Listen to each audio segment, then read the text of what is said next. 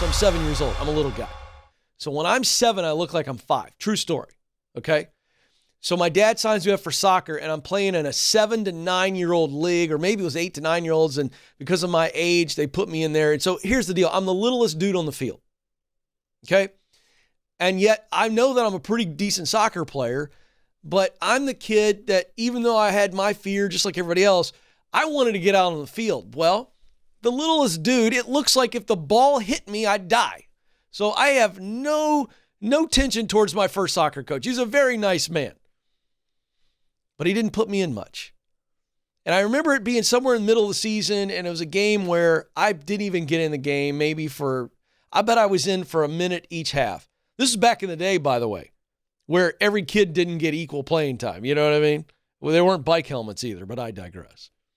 Well, that'll get me in trouble. So I'm driving home with Dad. I'm in the back seat, and my dad looks in the rearview mirror, looks back at me, sees that I'm crying. He's like, "What's wrong, bud?" And when I open my mouth to tell him, it just sobs. I just lose it and I break down. And I said something to the effect of, "I just want to play more, Dad. How come I'm not playing?" And my dad, I'm the oldest, and he said something to me in the remaining moments of the tears, because I kind of calmed down, and he said, "Hey, you're going to be fine. Calm down." And he looked at me in the rearview mirror, and I'll never forget. He said, "You just keep showing up to practice, and you be ready, and you keep getting better. You do everything you can to get better, and you're going to get bigger. You're the youngest kid. You're going to get bigger. And 2 years from now, you're going to be able to play, and you're going to get to score. I'm telling you, your time will come."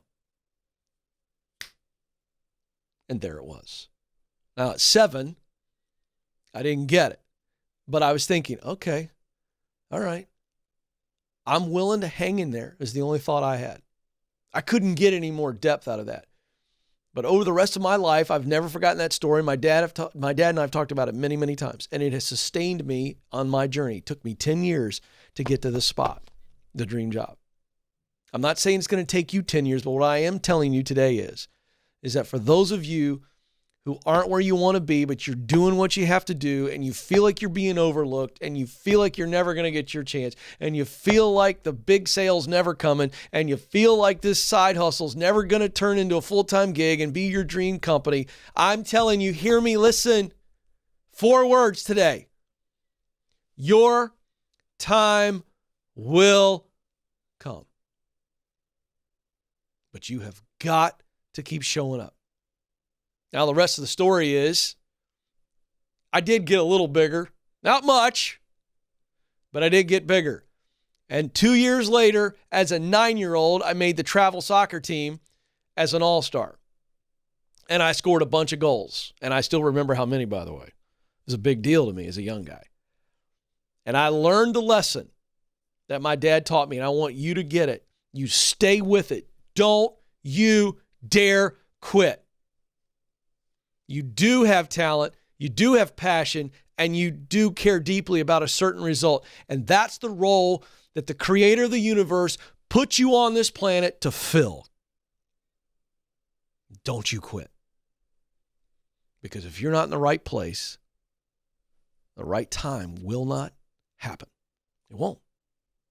But if you keep showing up and you stay in the right place, the right time is going to find you. And you'll look back on it and you'll go, ho, ho, ho. And every parent and grandparent that's listening to me right now knows that I'm right because you've experienced it. And so those of you who are parents or grandparents and you're feeling what I felt, you think about what you tell your grandkid or what you would tell your son or your daughter. You take your own advice.